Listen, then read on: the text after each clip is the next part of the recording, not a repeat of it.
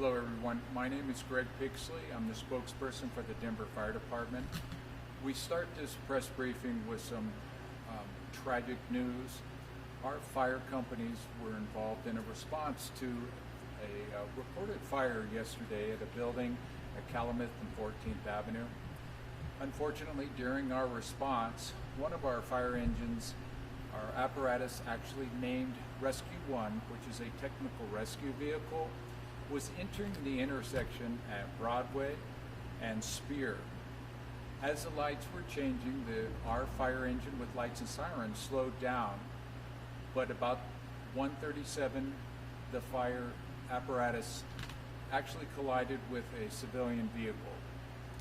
Unfortunately, of the 3 passengers inside of that private vehicle, 1 was significantly injured and 2 are in critical condition. The one with significant injuries was pronounced at the scene. Immediately from that point, the DFD command staff responded to assist not only our personnel, but the police in the investigation regarding the significant loss of life. It's been our goal from that point to assist Denver Police Traffic Investigations Unit and the District Attorney's Office in any aspect of the investigation that's needed. Now, this is a normal process in any type of fatal crash within the city and county of Denver.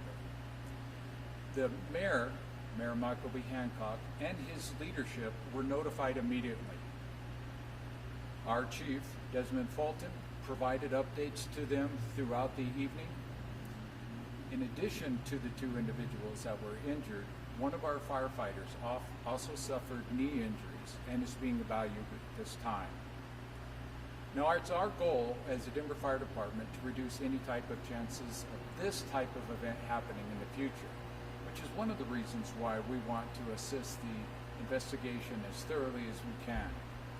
But it's important for us to recognize the loss of life, and we send our heartfelt prayers and our thoughts out to the families that are affected so significantly at this time.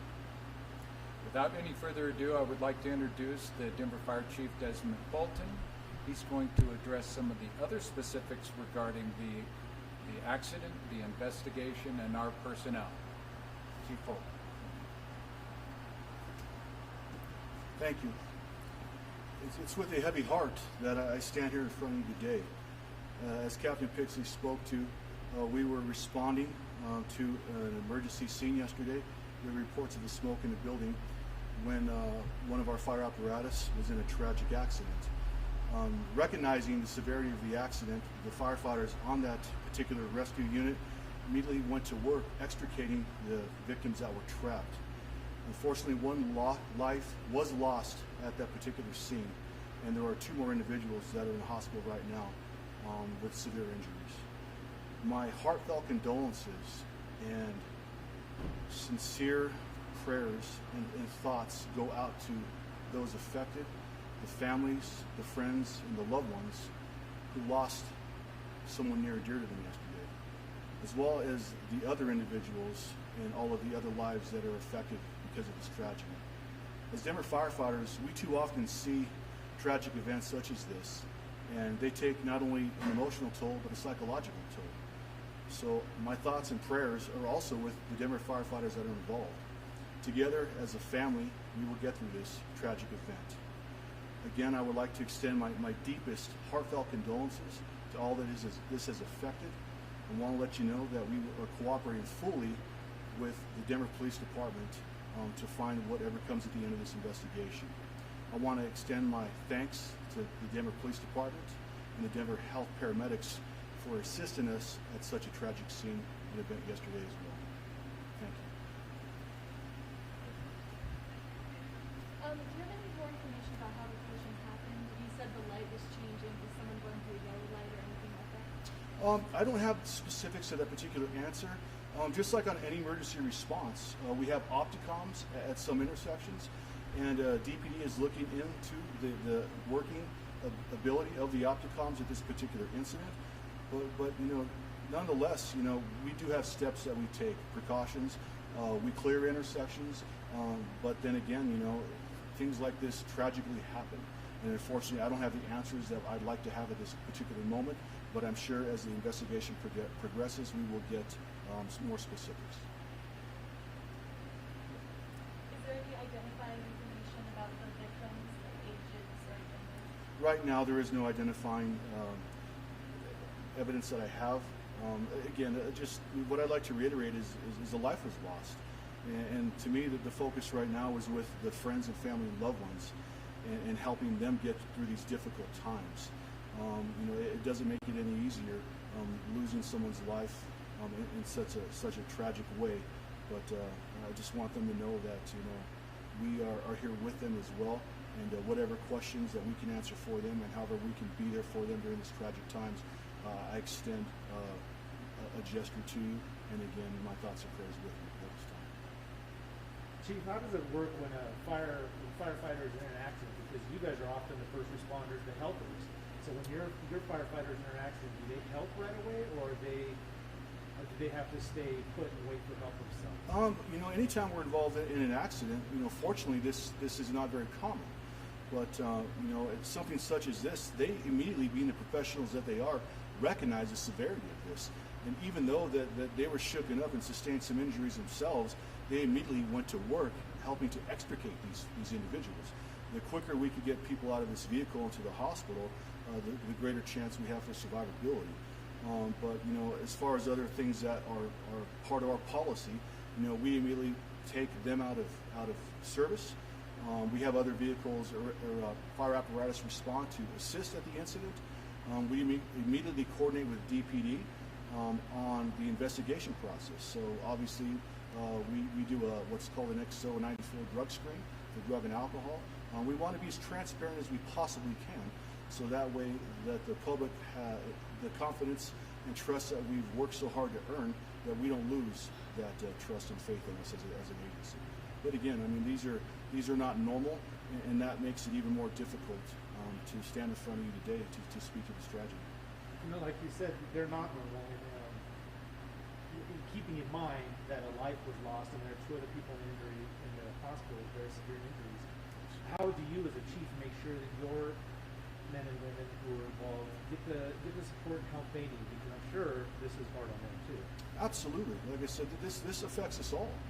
A life was lost. Other people are fighting for their lives right now, and I've got 5 men at home that are revisiting the scene in their head over and over and over again.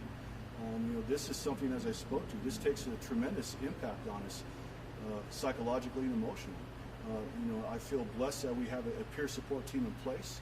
We've got a resiliency program that we've just implemented. It's brand new to our department.